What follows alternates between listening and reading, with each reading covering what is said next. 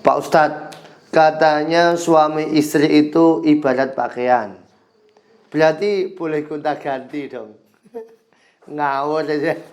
Klarifikasinya ada di video ini insya Allah. Assalamualaikum warahmatullahi wabarakatuh. Jumpa lagi dengan saya Tanto Guru PAI. Alhamdulillahirabbil alamin. Allahumma sholli ala sayyidina Muhammad wa ala ali sayyidina Muhammad. Memang dalam surah Al-Baqarah ayat 187, ayat ini berdekatan dengan ayat-ayat puasa, bahwa Allah Subhanahu wa taala berfirman, "Hunna libasul lakum wa antum libasul lahun." Mereka adalah pakaian bagimu dan kamu adalah pakaian bagi mereka. Para istri adalah pakaian untuk suami dan para suami adalah pakaian untuk para istri. Nah, ketika menerjemahkan, ketika menafsirkan, ketika memberikan syarah, ketika memberikan penjelasan tentang pakaian ini, para ulama tidak ada satupun yang membahas tentang jenis pakaian, cara memakai pakaian, apalagi sampai gonta-ganti pakaian, ya. Tidak ada sama sekali. Tetapi yang dijelaskan oleh para ulama, para mufassirin, ketika membahas tentang hunna libasul lakum wa antum libasul lahun adalah terkait fungsi pakaian. Fungsinya, apapun pakaiannya, jenis apapun pakaiannya, cara bagaimanapun pakaiannya, tetapi yang dibahas adalah fungsinya, utamanya pada fungsi. Lalu apa fungsi pakaian? Ada banyak fungsi, ada banyak manfaat, tetapi terkait kehidupan rumah tangga, kehidupan rumah tangga istri dan suami, itu setidaknya ada dua fungsi penting terkait dengan perumpamaan pakaian. Pertama adalah bahwa pakaian itu fungsinya untuk menutup aurat, untuk menutup kekurangan, untuk menutup aib, untuk menutup rahasia yang memang harus dirahasiakan. Dan ini kembali kepada pemahaman bahwa suami istri kita itu bukan malaikat. Mereka pasti memiliki kekurangan, memiliki kekhilafan, punya potensi untuk melakukan kesalahan-kesalahan. Kalaupun bisa terhindar dari kesalahan yang sengaja, pasti tidak akan bisa terhindar dari kesalahan yang tidak sengaja. Dan itu bagi manusia itu sangat mungkin karena manusia adalah tempatnya salah dan lupa. Belum lagi kalau kemudian kita menjumpai sesuatu dalam istri, dalam suami kita yang tidak sesuai dengan ekspektasi kita sebelumnya. Dikiranya dulu ekspektasinya punya istri yang pendiam, yang ramah, yang santun. Ternyata dapat pasangan yang kebalikan daripada itu. Dulu pengennya dapat suami yang solih, rajin sholat, rajin tahajud, rajin tilawah. Ternyata kebalikan dari itu. Nah, itu adalah hal-hal kekurangan, aib, aurat yang harus dijaga oleh masing-masing pasangan, suami ataupun istri. Tidak elok dan tidak pantas sama sekali ketika seorang suami membuka aib istrinya ataupun istri membuka aib suaminya. Nggak boleh tiba-tiba tanpa hujan, tidak ada angin, tidak ada petir, tiba-tiba curhat sama temennya, suamiku nyebelin. Loh, ini nggak boleh begitu ya. Atau begitu pula para suami juga kemudian mengeluh tentang istrinya di hadapan orang lain. Ini tidak dibenarkan. Kenapa? Ya seharusnya adalah saling menutupi aurat, saling menutupi rahasia. Ibarat pepatah adalah menepuk air di dulang, terpercik muka sendiri. Kalau kita ini membuka aib suami, membuka aib istri, ya sama saja membuka aib diri kita sendiri karena kita adalah pasangan dari mereka. Maka kita belajar dari istri Nabi Ismail. Tentu teman-teman tahu nih kisah istri Nabi Ismail. Nabi Ismail punya dua istri, istri pertama dan istri kedua. Dikisahkan bahwa suatu hari Nabiullah Ibrahim alaihissalam itu berkunjung ke rumah anaknya Nabiullah Ismail. Qadarullah Nabi Ismail lagi pergi ke hutan mencari kayu bakar, lagi mencari nafkah. Yang dijumpai adalah istrinya. Ditanya sama Nabi Ibrahim. Ini sang istri nggak tahu kalau ini adalah mertuanya Nabi Ibrahim. Sang Nabi bertanya, bagaimana keadaan keluargamu, kamu dan Ismail. Ini istri menjawab belak-belakan saja. Dia menyatakan, wah, hidup kami serba susah, hidup kami sempit, dan saya tidak merasa bahagia. Maka kemudian Nabiullah Ibrahim menyatakan, nanti kalau suamimu pulang, tolong sampein diminta untuk ganti daun pintu. Pintunya suruh ganti. Ya, siap. Nah, begitu Nabiullah Ibrahim pergi, kemudian sorenya Nabi Ismail pulang, suami pulang, istrinya cerita, tadi ada orang tua datang ke sini, tanya tentang keluarga kita, tak jawab begini. Terus apakah dia meninggalkan pesan? Ya, apa pesannya? Pesannya adalah kamu disuruh mengganti pintu rumah. Nabiullah Ismail yang memang sudah punya ikatan batin dengan ayahnya, kemudian menyatakan itu adalah ayahku. Maksudnya ganti pintu adalah mengganti kamu. Aku disuruh menceraikan kamu, maka aku talak kamu. Ini istri ini ditalak kenapa? Karena dia nggak bisa menutupi rahasia keluarga. Dia nggak bisa menutupi aib suami. Kalau dia menjelek-jelekkan keluarganya, ya sama saja dia menjelek-jelekkan dirinya sendiri. Dan itu adalah sebuah kesalahan yang sangat fatal. Barulah yang kemudian Nabi Ismail menikah lagi, Nabi Ibrahim berkunjung lagi dan bertanya, bagaimana kehidupan kalian? Alhamdulillah, semuanya atas nikmat Allah, kami bahagia. Apa makanan kalian? Makanan kami adalah daging, dan minumnya cuma air zam-zam, air biasa saja. Maka kemudian Nabiullah Ibrahim alaihissalam berdoa untuk daging dan untuk airnya orang-orang Mekah. Sampai saat ini orang Mekah kemudian mendapatkan berkah dari doa Nabiullah Ibrahim ini. Lantaran apa? Lantaran istri yang bisa menutupi aib keluarganya. Aslinya kehidupan Nabi Ismail saat istri pertama dengan istri kedua, ya kehidupannya sama. Pekerjaannya sama, makanannya sama. Tapi istri pertama tidak bisa merahasiakan aib keluarganya, rahasia keluarga. Sementara istri kedua bisa menutupi, bahkan bersyukur atas nikmat yang Allah berikan kepada mereka.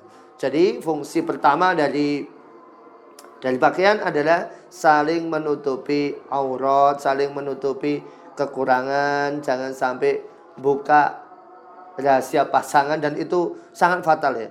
Di dalam hadis disebutkan salah satu manusia yang besok memiliki status paling jelek di yaumul qiyamah adalah orang-orang yang dia berhubungan dengan suami, berhubungan dengan istri, dan kemudian dia menceritakan aib-aibnya keluarga kepada orang lain.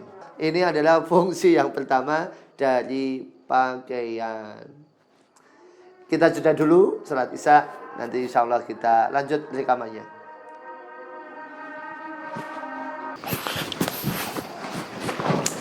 Oke, kita lanjutin. Jadi itu tadi adalah fungsi pertama dari pakaian, bahwa pakaian berfungsi untuk menutup aurat. Kita harus menutupi aib, menutupi kelemahan, menutupi kekurangan dari suami dan istri kita. Kita bukan makhluk sempurna, maka kita ditakdirkan oleh Allah untuk berpasangan itu untuk saling menyempurnakan, bukan untuk saling mengejek, bukan untuk saling menghina, bukan untuk saling membuka kekurangan, tapi untuk saling menyempurnakan. Yang kedua, teman-teman semuanya, fungsi pakaian yang dijelaskan oleh para ulama adalah pakaian itu berfungsi sebagai kebanggaan, sebagai perhiasan. Dan ini adalah efek dari kita saling melindungi, saling menutupi kekurangan, saling menutup aurat, sehingga kemudian kita bisa saling membanggakan.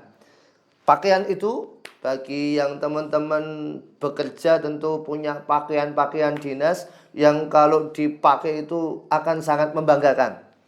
Tentara misalnya, para bapak-bapak TNI mereka akan sangat bangga dan sangat berwibawa ketika memakai pakaian dinasnya. Begitupun bapak polisi, bapak hakim, mereka semuanya yang punya baju-baju dinas, baju-baju seragam, mereka akan sangat bangga ketika memakai pakaian itu karena itu adalah sebuah kebanggaan.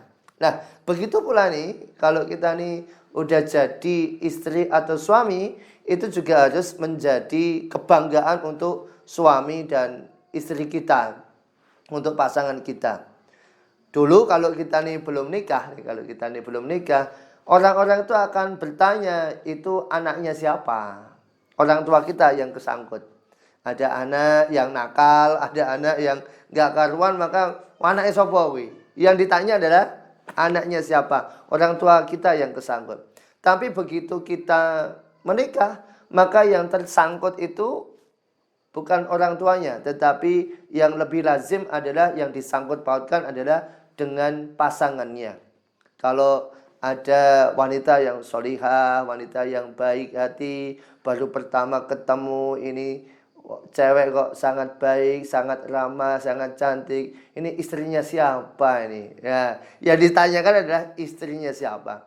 Begitupun kalau lihat seorang laki-laki, wah nih bapaknya nih dulu waktu belum nikah kurus kering kerontang, sekarang begitu nikah kok kelihatannya subur, makmur. Istrinya yang mana sih? Nah, itu adalah sebuah kebanggaan. Maka bagi kita para suami, para istri, itu adalah kebanggaan untuk suami kita. Jadi bikinlah itu ya. Bikinlah suami dan istri kita bangga dengan diri kita. Bikinlah pasangan kita itu bangga dengan mereka memiliki kita. Ya, jangan sampai malu-maluin ya, jangan sampai ngisi-ngisi, kasihan suami istri kita, kasihan pasangan kita. Misalnya kalau pergi. Dulu waktu belum nikah, waduh pakaiannya serampangan ya. Pokoknya warnanya nggak cocok, warnanya nggak sesuai dengan pandangan mata, nggak peduli lah, pede-pede aja. Tapi begitu udah nikah, nggak bisa kita serampangan begitu ya. Kita harus menjaga diri penampilan, jangan sampai malu-maluin. Itu pergi ya, baju nggak disetrika, baju masih berlipat-lipat, nggak pernah dicuci. Kasihan, yang kasihan tuh nggak cuma antum, yang kasihan adalah pasangan antum. Itu istrinya siapa sih? Itu suaminya siapa sih? Nah, ini kita jangan sampai terjadi.